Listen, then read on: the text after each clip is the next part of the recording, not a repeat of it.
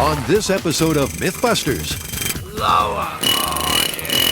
Adam and Jamie attempt to make the Earth move. Oh my God! And bring down this bridge when they test and build the mythical pocket-sized earthquake machine.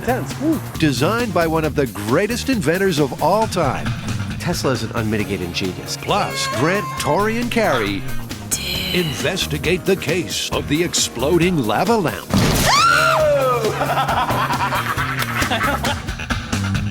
Who are the MythBusters? Adam Savage. Ants are all over my head, man. And Jamie Heineman. Gets me all worked up just looking at it. Between them, more than 30 years of special effects experience. That was heavy. Joining them, Grant Imahara. Go get him, boy. Tori Belleci. Somebody order some exploding pants. And Carrie Byron. Oh, God! They don't just tell the myths, they put them to the test.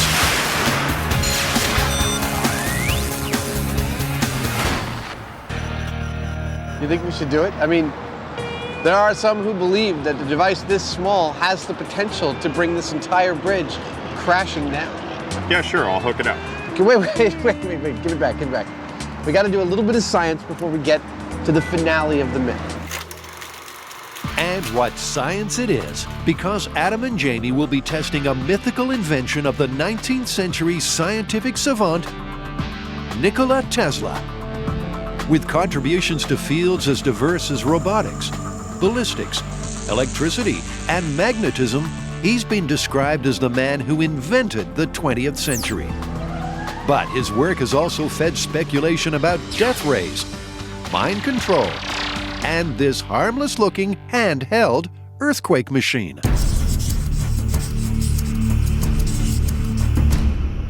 Tesla's earthquake machine. I read about this when I was like 19 years old. He claimed that he had built this device to make a mechanical generator of some kind, but that he had bolted it as a test to a girder in his building and tuned it up through the frequencies until he had matched the building's frequency, and when he did, all hell broke loose. The building began to, shake around them. They all ran outside to find pandemonium. They thought there was a big earthquake. The fire department was there, the police department was there, and Tesla had to take a hammer to his device to stop it from doing its damage. A crackpot genius, handheld earthquake machine, and all hell breaking loose? It's the stuff MythBusters dream about. And after a trip to the patent office to source Tesla's original designs, Adam and Jamie are all over it like white on rice. I'm totally on the same page as you about this. With the plans before them, the plan of action is refreshingly simple. Build their very own earthquake machine and see if it works. And after a few hours' research, the guys have an understanding of the design's mechanics. Tesla's earthquake machine is actually based on something he used in a whole bunch of different inventions and patents, and it's what he called the mechanical oscillator generator. Which, thanks to the graphics department, looks like this. A pocket-sized system of pistons and an air cushion work together, reciprocating a central linear rod. The speed of this vibration can be adjusted or tuned to match the resonant frequency of the target object. And Tesla claimed the resulting positive feedback could be harnessed to destroy anything. Tesla's device is all about resonance. It reciprocates at the same frequency that the object that it's attached to is capable of responding to, and supposedly the whole thing is like this feedback thing that just gets out of control and the thing flies apart. Jamie sounds dubious, and with good reason. The team have come up against resonance before with mixed results. Will Earthquake Machine be a repeat of Break Step Bridge?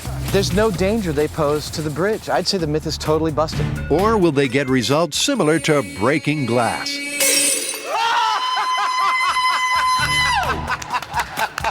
I did it! To harness the destructive power of resonance, Adam wants to build Tesla's oscillating earthquake machine from scratch. But ever the pragmatist, Jamie has found a shortcut. Okay, you ready for the oscillation? That's what that is. Tesla's device is actually very simple. All it does is reciprocate, and In fact, there's a very common device that everybody's familiar with called a jackhammer that does nothing more than that. You're right. So, by modifying the jackhammer's motor, they'll have an earthquake machine, in line with Tesla's original design. Hell, let's try it. We could knock this out before lunch. With the mechanical oscillation taken care of, they simply have to control the frequency of the vibration. I'm tuning it by adjusting the amount of back pressure on it. You're changing the frequency. And next, they replace the chisel from the jackhammer with a small rod. Then they machine the piston parts that will house the air cushion. And with just the air cushion to attach, there's time for a quick test. Anybody want to feel? Yeah.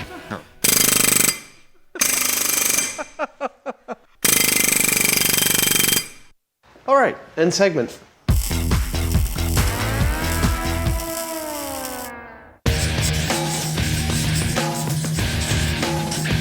This myth is a really recent one, actually. It comes from 2004, where apparently a guy killed himself with a lava lamp.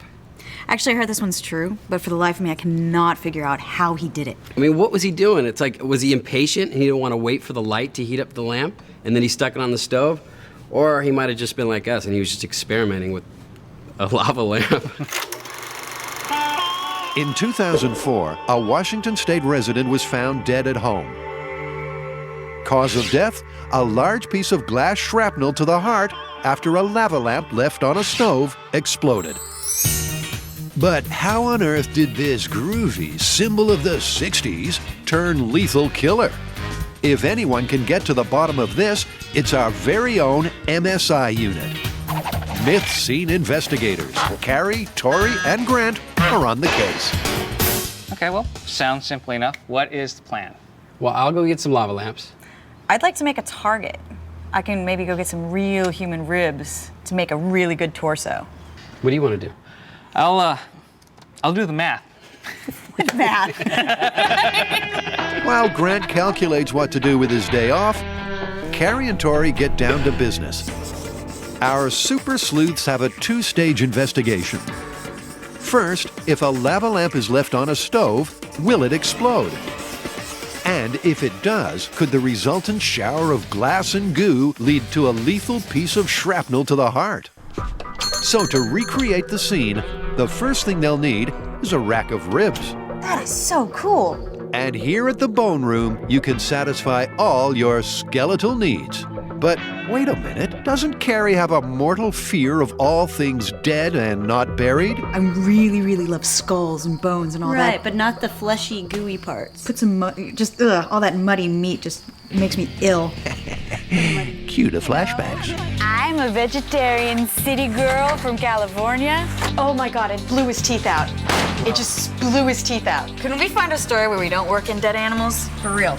I'm so traumatized right now. This is really cool. So you're pro-mummy, anti-zombie is what you're saying? Yeah, pretty much, yeah. Okay, now we all know a little more about Carrie and the skeletons in her closet. What about the myth? He actually had to get a shard of glass exploding and going through the rib cage, through whatever connective tissue was here, and then into the heart. So you're gonna actually have to get it through one of the holes and through all that muscle, and depending on how fat the person was, their fat and tissue, and then into the organs. It's just some bad luck. Bad luck our team will try to recreate back at the shop. And while Carrie gets her ribs to go, Tori has seen the light. Tori, lava lamps. I just want to check this one out because it's got sparkles and glitter. Ah! They get hot. The third-degree burns help focus Tori's mind. And before long, he's headed back to the shop with a good selection, where Grant has been looking for some inside info on the prime suspect. Well, for this myth, I've been trying to find out exactly what's inside of a lava lamp. Well, although the biggest manufacturer of lava lamps in the US keeps their recipe secret, with a little bit of searching, we've been able to find out that lava lamps have inside them a lot of things that are potentially flammable. Mineral oils, wax, alcohol. Meanwhile, Carrie is working on putting some fake flesh on her real ribs. I know it's not going to be a totally accurate representation of the human body, but the way the lava lamp exploded is a shard of glass went flying through the air and pierced his heart through his ribcage. I just want to see what kind of chance glass has of getting that far into the human body. To do it, Carrie is casting a ballistics gel bust around the human ribcage. By suspending the ribs in position, she'll have a close structural analog of a human torso. Trying to figure out exactly where the ribcage is going to end on this dude. To confirm the story that glass shrapnel from an exploded lava lamp can pierce the heart, Carrie gives Barry the ballistics bust a fake heart, which, if punctured, will leak its fake blood and simulate his death. With his internal organ in place, he's ready to put on some weight. And after a night in the fridge chilling out, Barry's all set for the great lava lamp experiment. Oh, that is beautiful. God, that came out good.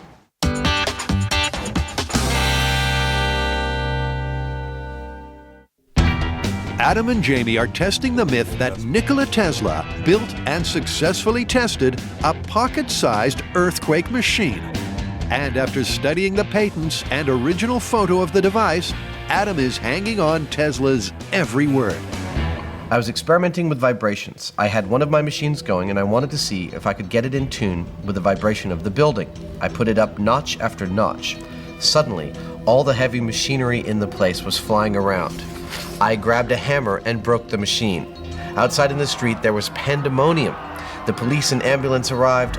We told the police it must have been an earthquake. I told my assistants to say nothing.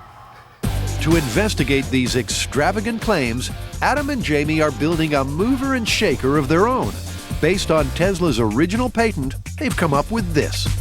We're about to fire up Tesla's mechanical oscillator. We promise that if this device works, we will use our powers only for good. You better watch out, man. That's going to make this whole building fall apart. That would be a problem if it did that, obviously, but I'm not worried. It's like 2 or 3 hertz. We need to increase the speed a little bit.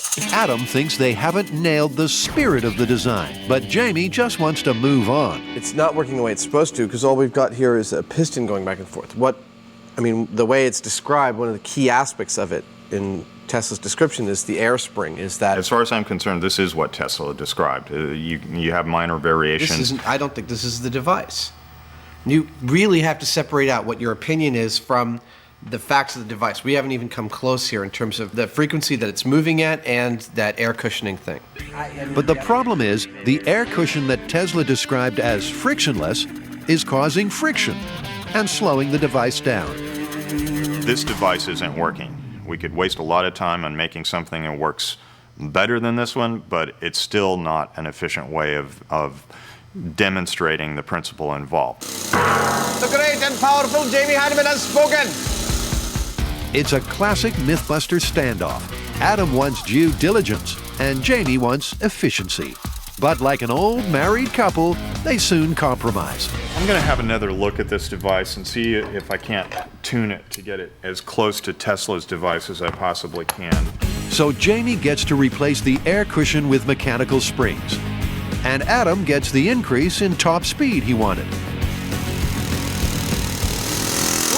Ooh, nice! Adam's happy and agrees that the switch to mechanical springs is in line with Tesla's ideas.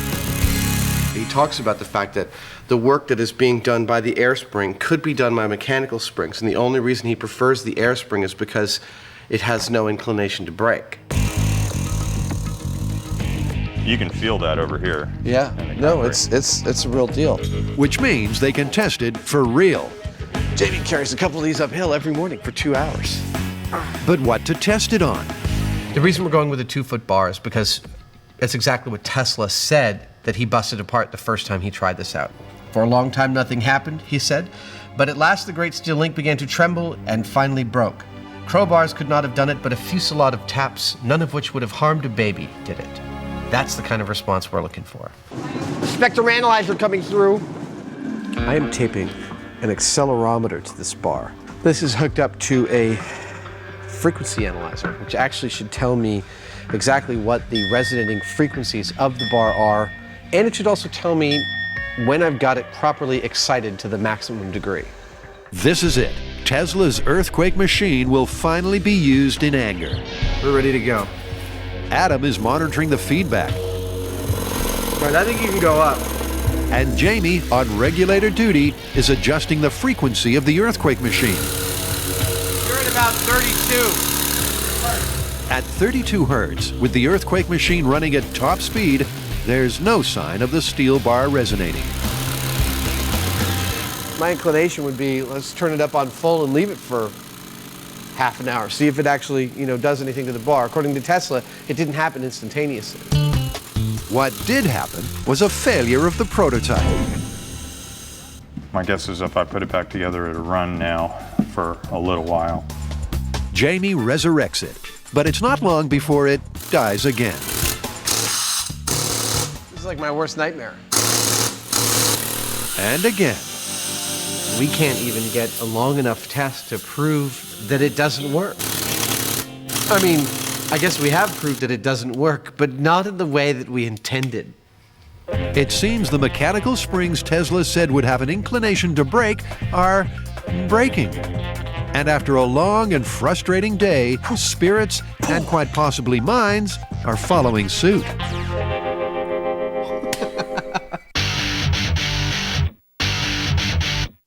The build team are in MSI mode. Myth scene investigators Carrie, Grant, and Tori are hot on the trail of a lethal lava lamp. They get hot.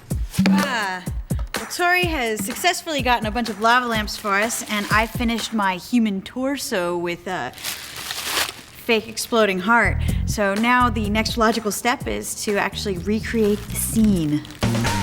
Detectives Byron, Imahara, and Balechi are staging a reconstruction to answer two questions. Will a lava lamp explode if left on a stovetop? And if so, will the blast be powerful enough to send a lethal piece of glass into a human heart? I think most people sit and watch lava lamps like this. Dude. Yeah, that's about the right position. With Barry the ballistics bust assuming the position, everything and everyone is ready. Ready? A 3, a 2, a 1. Run. Now they just have to wait for things to warm up Starting to bubble, there it goes. It's starting to move. and pass the time making a few predictions. Underneath that little hat is a metal, like a bottle cap. I think that's going to blow off first before the glass ruptures. I have a feeling this is going to work. You got a high pressure situation inside the bottle. There's nowhere for that pressure to go except out. It's going to turn that bottle into a bomb. Oh! Well, it didn't explode, but you were right. The top popped off and the bottom blew out. I call that an explosion. Explosion or not, it looked pretty dangerous. There was hot oil and wax erupting in a volcanic geyser. But no glass shrapnel in Barry the ballistic bust. Yeah, he's clean. Let's clear out till the smoke finishes. We didn't get any shards of glass in the bust. What happened was the cap gave way, released all the pressure, released all the liquid inside. And as soon as the liquid was gone, the heat from the stove actually shattered the bottom of the bottle. So we didn't get that explosion that the myth's talking about. No explosion means there are still plenty of loose ends in this story. But what is clear are the two reasons why you shouldn't put a lava lamp on a stove. The first is written into the safety instructions. Do not use any other means to heat up the lamp other than the bulb provided. And the second is this.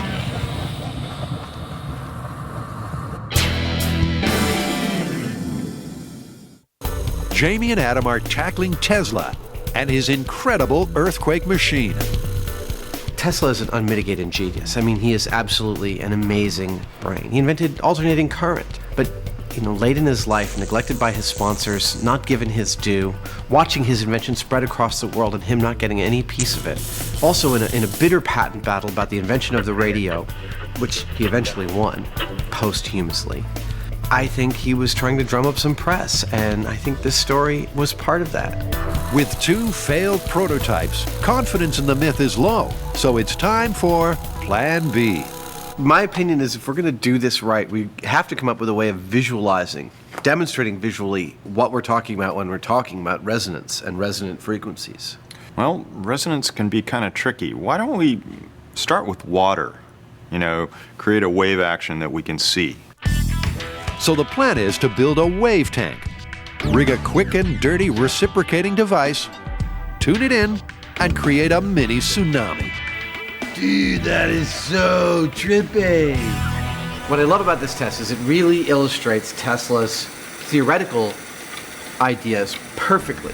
When you push a kid on a swing, each of your pushes doesn't make him go all the way up. It's the sum total of them. You're adding energy each time.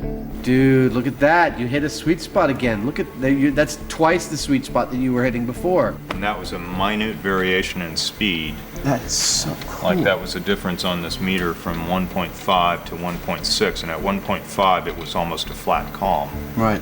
At 1.6 it's starting to almost bounce out of the chamber.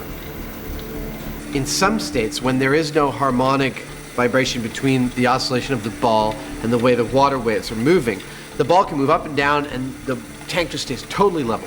And then in other configurations, when we hit a harmonic vibration, the ball's moving up and down at just a minutely different speed, but the waves are going like this. Yeah. And that's just exactly what we're doing, or what we're trying to do in the steel.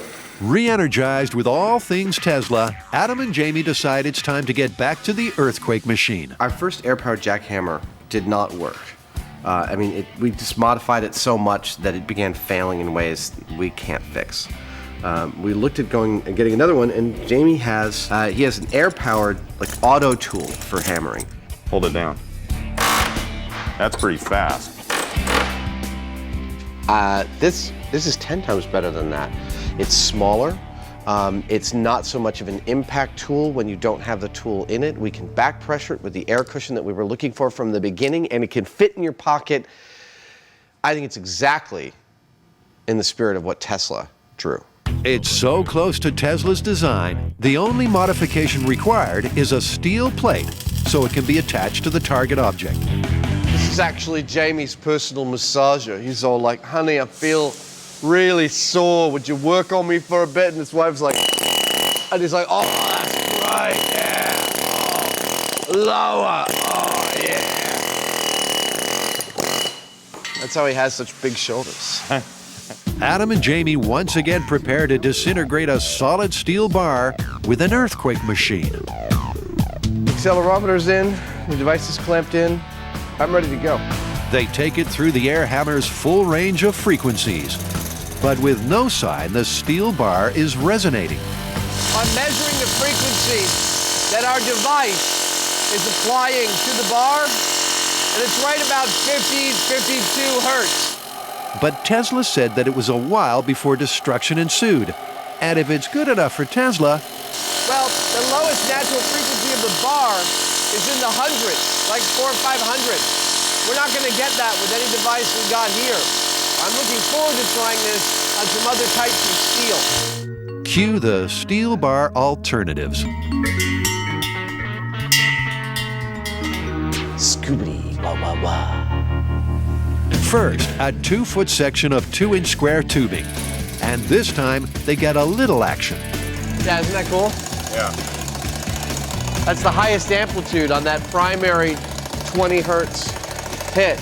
And you can see it's shaking around more than any other time. So we're starting to see potentially the kind of excitement that's possible. It's just we need to get a bar that's tuned to this device and this device tuned to that bar.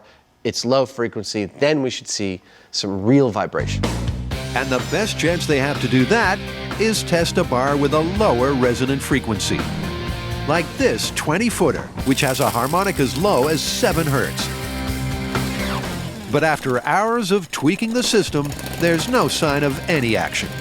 And in Jamie's mind, this myth has already been consigned to the busted bin. Currently, my impression is that this idea of putting this little tiny thing on some massive structure and by tuning it just so, getting the whole thing to resonate, you're not going to have like, you know, a flea jumping up and down on a girder, and if he does it at the right frequency over and over again, that all of a sudden magically the whole structure goes down.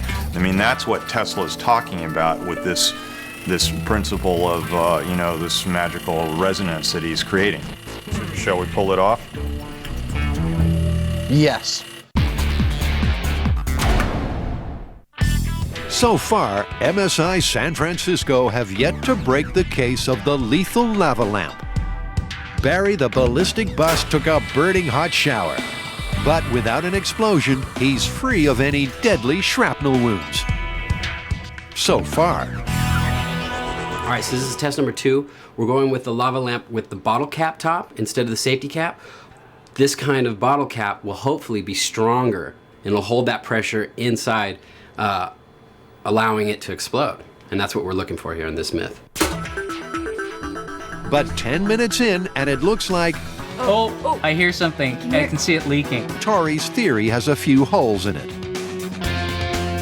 But despite the leak, the cap holds, and the pressure continues to build. Sweet. Yeah! Yeah! Fire!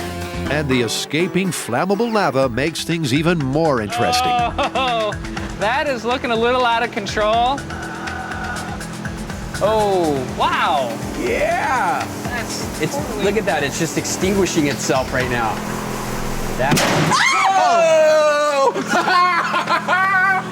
Okay, that was an explosion. Was awesome! Yeah! With the explosive potential of the lava lamp confirmed, our team of forensic investigators check out the scene and, more importantly, Barry. The bottle has completely disintegrated. Here's a small shard of glass. I mean, how deep was it? It was just surface. Based on what I've just seen, I absolutely believe that this could be lethal. I mean, the amount of energy that we got out of one of these bottles with no modifications whatsoever, this is right off the shelf, that's a lot of energy. And I think that that could definitely blow a piece of glass right into your heart. And to prove it, all they have to do is cook up some more explosions. 20 minutes we start getting fire, 24 minutes we start getting... It was like right on cue. If this replay is anything to go by, the ballistic bust will have been lucky to escape without taking a hit. But it seems like Cool Cat Barry has 9 lives.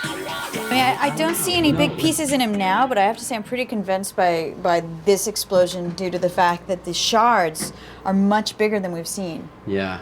Yeah. And they're all over the place. So, how's this first scenario? Guy puts a lava lamp on. It's taken 20 minutes. Obviously, you know, you're gonna get bored sitting there watching it. He walks away, all of a sudden smells the smoke, hears all the spewing, comes in to turn it to low, and then it explodes. So he's leaning over. Look at CSI Carrie. Yeah. Okay, but where to from here? Keep exploding lava lamps until they get a direct hit? Or ramp things up a little? So our next scenario that we're gonna try is the experimental one. We're gonna try to get that cap so it's solid on top of the bottle and see if we can't get more of a compression and explosion and maybe get a fracture from this bottle that would have created the shards that killed him. To improve the bomb-like qualities of the lamp, Tori seals the cap, but not very well. Whoa! That's it. Poxy gave up. Darn it. With the lava lamp contents escaping, they decide to stage an intervention. A squirt of cold water from a spray gun should help things along. The theory was the shock of the cold water would cause a glass to fracture.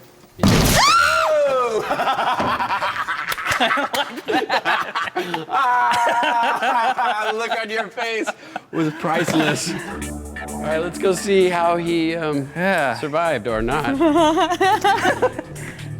Whoa! Now that don't is touch a it, result. don't touch it, don't touch it. That's crazy. That is a result. You know, I think eventually, given the number of bottles that we had, we probably would be able to get a result like this without having secured the bottle cap on there. It seems to me that it's just luck of the draw.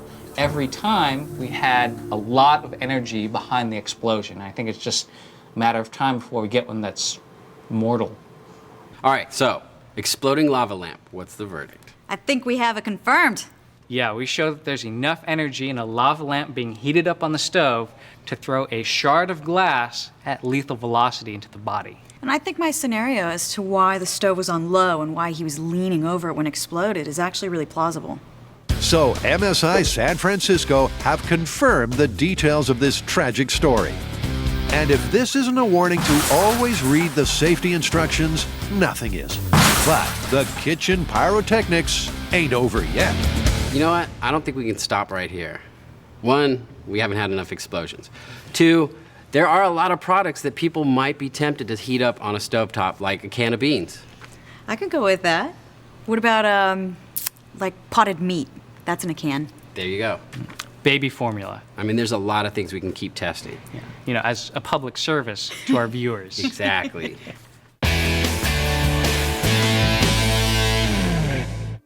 Jamie and Adam have been testing Tesla's earthquake machine for days, and the Richter scale is showing a big fat 0.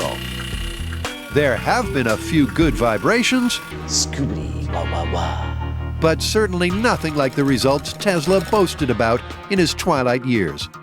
After a lifelong feud with Edison and in deep financial trouble, the Serbian-born inventor made some outrageous claims. He was still producing great work, such as the first principles for radar, but he also suggested he could build a death ray capable of destroying 10,000 enemy airplanes. And of course, he famously claimed that with a few well-timed explosions, he could split the Earth in two, like an apple. But Tesla's claims and the results so far are a world apart. So we're a little bit stuck because the designs that Tesla drew out don't seem to really work too well. I mean, we might eventually get there, but I understand Grant has a device that might speed things up a little bit. Okay, you ready? Here we go. Okay. That's it, Jamie. That's what we wanted to build. It's an electromagnetic linear motor, and Tesla will be smiling in his grave. This is precisely what Tesla's describing in his patent. I mean, he says he doesn't care exactly how you achieve that movement, but that it's frictionless. You could potentially do it with a magnetic coil, even though he suggested an air cushion. I mean, this is it. This is it. This is not dissimilar from Jamie's morning workout routine. Amazingly, Grant turns out to have in his possession for an outside consulting gig exactly the motor that we need. It's driven by magnets, which Tesla posited was possible and a reasonable way to do this machine. I cannot wait to get going on that thing. Grant's actuator is so perfect that with a simple clamp to the 20-foot bar, it's ready to go. Now we're getting something here. Yeah, it's starting to rock. With a computer-controlled accuracy of 1/100th of a hertz, something Tesla could only dream of, We got something. they're having much more success fine-tuning Grant's almost frictionless motor to the steel bar's natural frequency. That's gonna make it fall off. It's losing energy when it's dropping. Put your foot on it and stop it from hopping up and down. Let's see if we can build the energy. I mean, Yeah, look at that. yeah, see? Oh my God. Holy crap. Dude! My box, let's stop it. Okay, stop it. Stop it.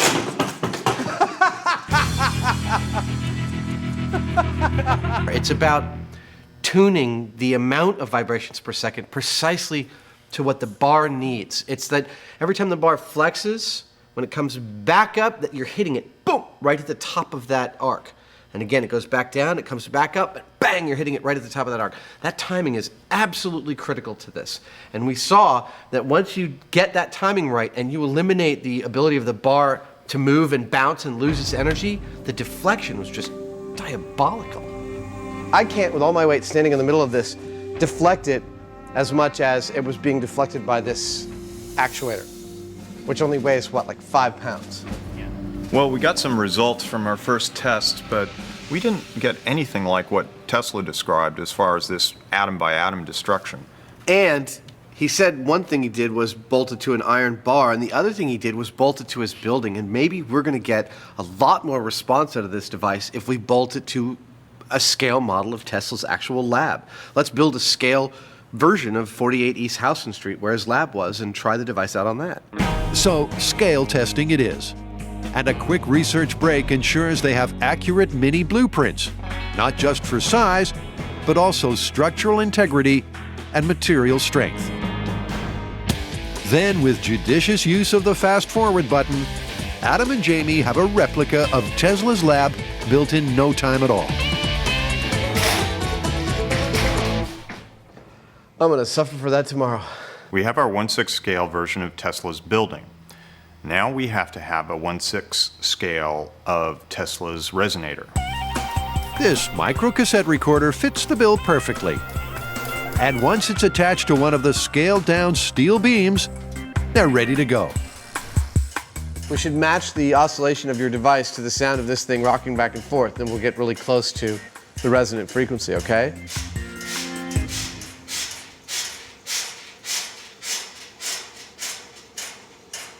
That's pretty darn good.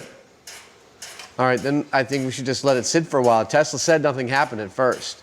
Okay. Now, this building is pretty much exactly scaled to a large 5-story steel or iron structured building in New York City, around about the mid-1800s.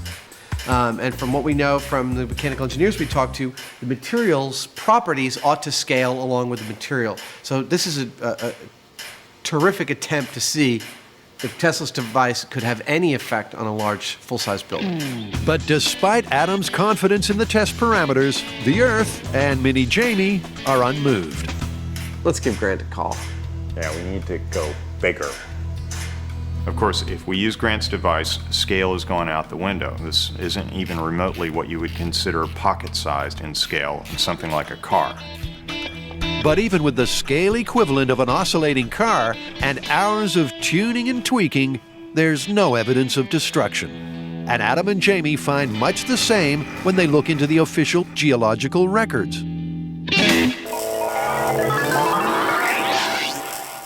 Like any good myth, this one has a couple of different versions. Tesla claimed variously that his earthquake machine did its damage in either 1887 or in 1898. Well, I looked through the USGS records, and there was in fact an earthquake in 1887 in New York State, but it wasn't in New York City, so it couldn't have been Tesla's. And in fact, there was an earthquake centered in New York City, but it was 1884, a full year before he moved into East Houston Street. So the myth is on extremely shaky ground. But desperate to give Tesla his due, Adam has one last test up his sleeve.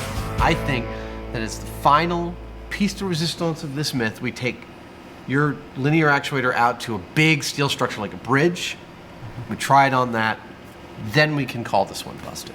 You get me the bridge, I'll be there. Tori, Grant, and Carrie have solved the exploding lava lamp mystery. But MSI has case files on a number of other stovetop myths.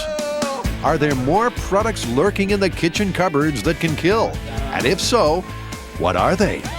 The team won't rest until they find out. So this is the classic story of somebody has a tin of beans.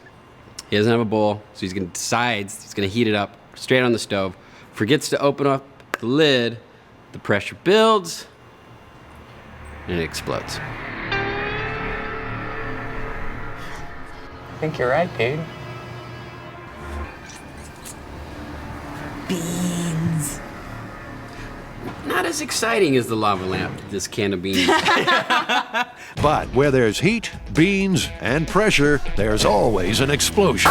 Oh, dang it! That was disgusting. Disgusting, but I bet you want to see it again. Oh, this is so gross! Look at that! Oh my god, it's in the shape of a can! That was awesome! So the pop top popped, and there was a stinky eruption. But it wasn't exactly lethal. Next. Okay, so this time we're gonna use a bigger can of beans. It's the kind of can that you actually need a can opener to get into the beans. So it doesn't have the pop top with the little tab. So hopefully it's gonna take a lot more pressure to make this explode. The heat's on, so all they've got to do is sit tight, wait for the boom, and avoid getting arrested by the pun police.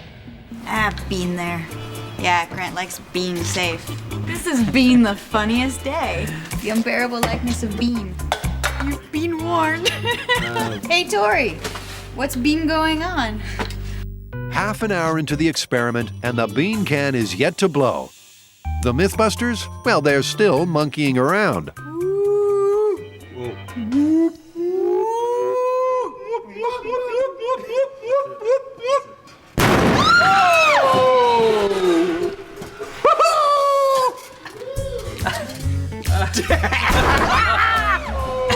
Oh my God! I can taste beans in the air. Yeah. Now you see it, now you don't. I mean, this could potentially kill you. That's like a little cannonball of beans. Next, it's a pop gun of potted meat. Oh! You were right! Look at that! It's in a block! And it's cooked. Let's eat. What do we got next? Well, the list says a mortar of milk. It doesn't look too aggressive. It looks like it's just slowly leaking out. Oh! Nice. It was a milk rocket! That was great. Oh, look, and there's a huge shard of glass going right into the ribs. Oh, gross. So that was not only a successful explosion, but a potentially deadly explosion. Which leaves just one item on the team's to blow up list. The mother of all lava lamps, Big Bertha. So quiet. A little too quiet. Barry the ballistics bust is having a tough day. Hot bean cannonballs, glass shrapnel, and now, because of the team's impatience to get a big boom, a gas burner. Oh man, look at the dummy in the back. He just sliced his shoulder. He's slumping. He's heard the proverb, if you can't stand the heat, get out of the kitchen. I hope he doesn't fall into the lamp. Oh, that would suck. But without legs, getting out is not an option. No! Oh, no! No! Oh. Oh. Okay, it's still intact. Dang! Oh, it pulled a rib out! We just have to wait for it to cool down. We can't shoot it with the fire extinguisher. It'll break it. It'll break it. Sabotaged by our own ballistic dummy. There's a bubbling bomb of lava that requires handling. And when there's something strange in the neighborhood, who else you gonna call? Don't get blowed up. Okay, I'll see you in a bit. Of course, Tori did wait until Big Bertha had cooled, making it safe to handle. He may be renowned for his safety-defying stunts, but he ain't stupid. It's looking pretty good. It seems to be intact, all in one piece. But not for long. It was almost in slow motion. Wow, those are giant pieces. Oh my God, that was so cool. Wow. The pieces that came off that were definitely like spears. They were huge. All right, let's wrap up our day with results. What do we get for the lava lamp? Lethal. Lots of energy, lots of shrapnel. Can of beans. Well, depending on the size of the tin that you're using, I would say it's definitely lethal, especially to you, possibly your neighbors. Okay, how about the can of potted meat? Probably not lethal, but very messy. And finally, the milk in the jar. The milk in the jar, I guess the only way it could kill you is if you had your head and you were looking directly down at it. It could be lethal. Okay, so I guess we've learned something here today. Don't put anything on the stove unless you have a pressure release.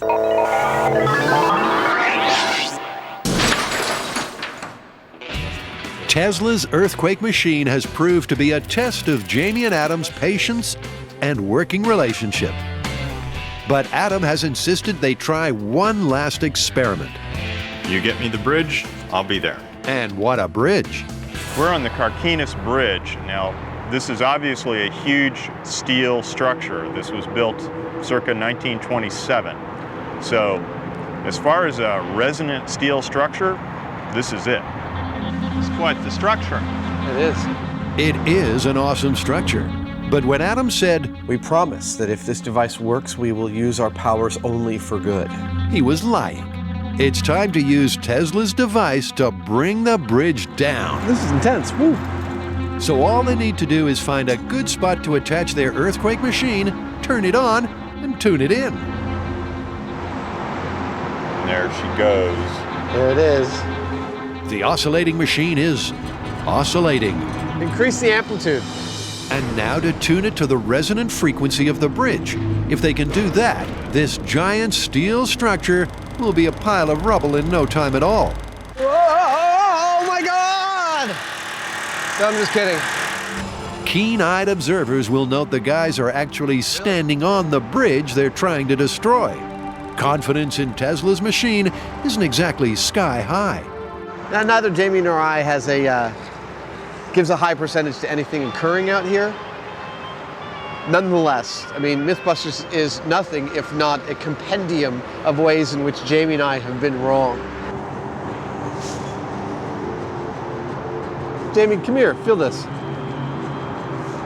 Come here. I feel a vibration that is oscillating here. I'm going to freeze it and see whether it stops, okay? Okay. That's kind of cool. And Totally stops here. That's freaky. All of a sudden, this myth is giving Adam and Jamie a good vibe. And it's not the traffic, because that's on a completely separate bridge. It totally feels like the whole structure is ringing to that hertz. Hold on, I'm gonna go down the ways and see if I can feel it over here. I can totally feel it over here. Wait. I can totally, yep, there it goes. But the best is yet to come. After some more tuning, they find a sweet spot. hold the phone. Oh my God. It feels like a big semi-trailer truck is rolling right by us right now. And that's only 6 pounds of weight moving 25 times per second. It actually makes me a little concerned, believe it or not. I'm totally startled to come out here and find this thing vibrating at the correct frequency to be felt hundreds of feet away from the source. That is totally amazing. Did not expect that. We were ramping the same weight and the same kind of amplitude of vibration through the whole range of frequencies.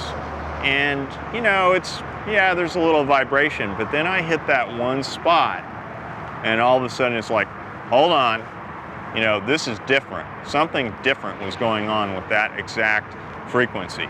And, as a result of that specific frequency, that specific tone that we're getting, this entire bridge is vibrating.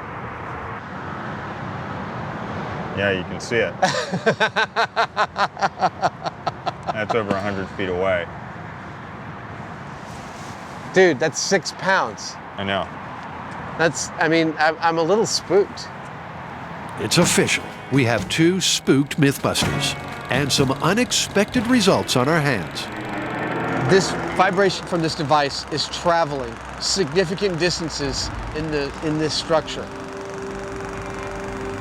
But it ain't no earthquake. We've had it running for, I think, somewhere near an hour at this point. And it's not doing anything but just making the vibrations. The vibrations aren't building. We've tuned it up and down to find a really resonance frequency. I think we've hit a real butter zone here, and still this bridge is standing.